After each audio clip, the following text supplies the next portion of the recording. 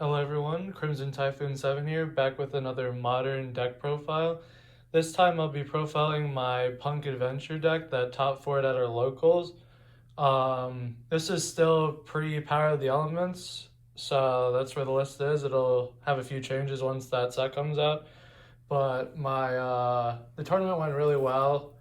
My matchups were I beat Punk Adventure Synchro round 1, beat Format-Yugioh, Banish.deck round 2, beat Exorcist round 3, lost to Dragon Link round 4, and then in top 8 I played against Branded Outlook, which I beat, and then we split top 4. But anyway, let's get started with the deck profile. For the Therion lineup, 3 Lily, 2 Regulus, and then 1 of Bull, Reaper, and Duke.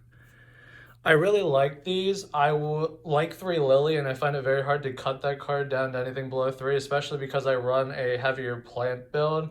2 Regulus is very good. It's pretty standard for this deck. And then I do run the Duke. It's probably the weakest one out of these 3, but it is a light, and it is also psychic, so it can target Xiamen, which is nice. But the first one to cut and the one I often side out is Duke, so you don't really need to run it. For the Punk lineup, it's more focused on E-Telly. I do run 3 Xiamen, 1 Deer Note, 1 Foxy Tune, and 2 Ogre Dance. So this is a bit of a non-committal Punk list where it's more focused on E-Telly, but you can still draw Xiamen or Ogre Dance and be fine with it. I like this amount. I do like having the 2 Ogre Dance as a dark target for Chaos Ruler and the like. And sometimes, especially if you get hand trapped in a simplified game state, sometimes you just if you get stuck with just these 2, you can just tribute this off, tribute Xiamen off, summon Ogre Dance, and then effect, make this 31. And then if you're in a simplified game state, a 3100 monster that also gets bigger if they activate a monster effect is very nice. So I was pretty happy with the Punk lineup. No, none of the Fusion or the Fusion one, because only one whatchamacallit, Foxy Tune. So it's whatever. Because I'm less committing to the Punk stuff, I am running, inspired by something that top 64'd at Nats, the 3 Linfire and the Spore. I honestly think this is the best engine in this deck. It gives you an insane normal summon that either gets you a 1-card Hulk, because you can just Linfire into Spore, go into Relinquished Anima, bring the Spore back and make Hulk, or this can grab Lily, and Lily contribute itself off at Disc Coliseum, and then add Regulus, and then Regulus equip Lily. So Linfire in itself is either Hulk by itself, or it is a Regulus negate before you go off like with an E-Telly or a Punk combo or anything like that. So I think this card is absolutely ridiculous. Sometimes I do side one of these out just because it's kind of hard to find stuff to side out in this deck, but these cards are ridiculous, and this card is insane. So then for the other 2, I do run the Jet, obviously, and I do run Plague Spreader. I'm probably going to end up cutting Plague Spreader from this deck, especially when Power of the Elements comes out, because it's not really needed. You can just do the combo with Jet and Hot Red Abyss, but it's okay. Sometimes it comes up, and it's a dark, so it's not a bad mill off the Chaos Ruler, but yeah, I never find a time where I really need this card. Then for the hand trap lineup, I'm on 3 Ash, 2 Veiler, 1 DD Crow, and 1 Ghost Ogre. 3 Ash is self-explanatory, is insane and good against everything. 2 Veiler is really nice. I do like the 2 Veiler. DD Crow and Ghost Ogre. DD Crow overperforms for me all the time. It hits stuff out of the Grave and the Despia matchup. I've banished like, I'd say 5 Golden Lords at this point, between just playing against a bunch of Outlook players, and then they just lose once they lose access to that card. Ogre's just nice. It's also the budget E-Telly target if it needs to be. But yeah, I've been pretty happy with this Sand Trap lineup. That's it for the monsters. For the spells, 3 disc and 3 Argus system. This is probably the best spell in the deck, especially in a grind game. This card's ridiculous. And then 3 Argus system. I just want to see it. I want to mill it off Chaos Ruler too, so I wouldn't run any less. Then finally the 1 charge. I run a lot of the Therion monsters, so it's nice having this to unbreak hands sometime. 3 tally, obviously. When you see this card, you're probably going to win, or you're going to bait out enough hand traps so you can do other things. The 1 Called by the Grave, and I do actually run Pot of Desires because the theory behind it is you get all your like 1-ofs you want to get out of the deck with like the P.U.N.K combo and stuff, and then you can just get more advantage after you don't really care about what else is in the rest of the deck. And sometimes you get ashed on like the million other things in this deck that can be ashed, so you just need to try and draw cards so you can either see like a Therion or an E-Tel or something like that. It's definitely a cuttable card, but it comes up for me sometimes.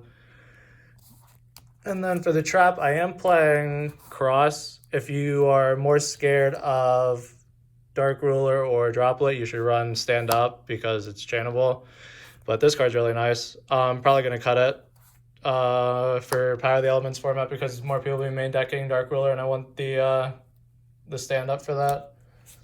The main deck is 41 cards. I'm pretty happy with it. You could probably cut the Desires or the Plague Spreader to get down to 40, or you could just run like more Foxy tunes and stuff like that and just run a heavier P.U.N.K engine if you want to. But yeah, for the extra deck, Almirage, Anima, and Hulk for the links. This card's getting cut as soon as play gets cut, but otherwise it's kind of decent. This card's ridiculous, and I punish people who put their monsters in 2 and 4. Don't put your monsters in 2 and 4. And then Hulk is like the best card in the extra deck to do skip a turn kind of stuff. And sometimes you can just spore into this, like grab a Ghost Ogre or anything you need, or just Jet itself, and then it's just nice. For Synchros, formula for the skip a turn, I actually main the Scarlight as a time card.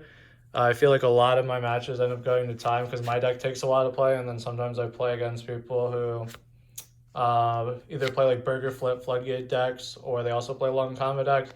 So it's just nice having a time card because this extra deck isn't the tightest anyway, and I don't run the P.U.N.K fusion because I don't run the level 3 dude. So there is room for it, and sometimes it comes up. It also is a decent going second card because it can nuke boards, and then it also can be returned by Calamities if you skip a turn and then for some reason Calamities leaves the field. So it's nice. It's you can also summon Jet and Synchro it up into Abyss too. So that card's nice.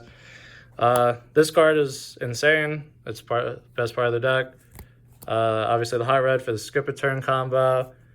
I still do run this, even though I don't run the level 3 guy that can make it on your opponent's turn, because it's just nice to be able to bounce 2 cards sometime.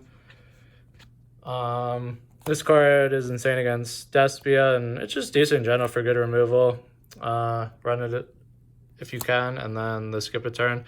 If you have Burrow, run it. I don't, because it's expensive.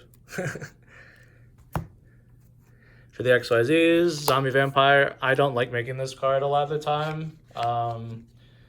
It's very scary to make. It's nice to know what you're going against if it's game 1, but my locals, I know what people are playing, and if I made this against a lot of them, that would mill Eldlik cards, or against my buddy who was playing the Dragon Link deck, I milled Distrito and Enchantress and unbricked his hand, so that was fun, but I kind of need to make it. I don't like making this card for the most part unless I know what they're playing, and I need to make it, but sometimes you need it for like the dark or something like that. I do run this. I make it sometimes. It's okay. Dingirso. I do actually run the Felgran. This card overperforms. You don't make it often. I think I made it twice today, but when you do, it's just nice. You can make something unaffected, and if something's unaffected, it can be used as fusion material for stuff like Super Poly or like Fallen of Albaz or stuff like that, so that's nice. And otherwise, it's just a good negate to have. And then the last in the extra deck is the Zeus.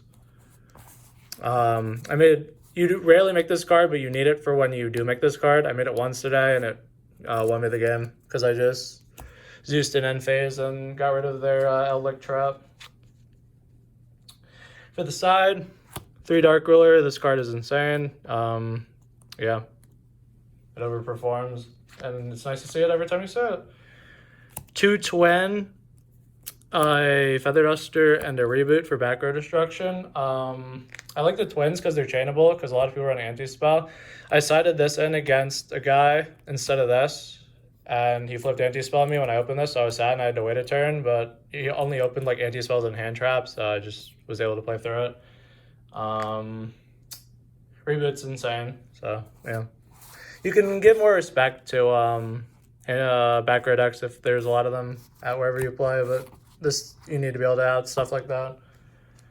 For the going first cards, it's 2 There Can Be Only One and 3 Antispell. I like these cards a lot. This card doesn't hurt you that much, but it kills a lot of decks. It kills dragons pretty well. Marincess can play. Salad can play. Flu can play. Just, this card's nuts. Antispell is really good. I'm going to switch these to D barriers probably once Power of the Elements comes out, because I want to be able to call Fusion against Tier. XYZ against Exo Sister, if that's around a lot. And I mean, people in my locals are already picking it up, so it's going to be nice. And then it's okay against D-Barrel. It's okay against Splight, but you can just call XYZ, and then it's makes their boards not as scary.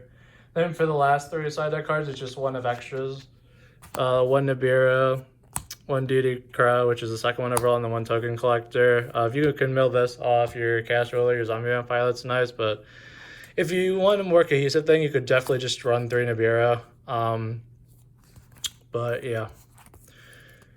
That's it for the deck. Changes for the coming format. I'm going to get rid of Duke and switch it out for Therion Regular. I'm going to probably cut the Plague Spreader and the Almirage and get, I don't know, let's see if I can get a run before the next event, or I could just put another level 10 Synchro in there, like the Sword Soul one or Ruddy Rose Dragon, and then I'm going to probably main deck the Dark Rulers for the next format. But yeah, that's where I'm at with this deck. It's pretty fun, and I hope it's still decent in the next format, but we'll have to see about that one. Yeah, so I appreciate everybody watching, and I'll see you guys in the next one.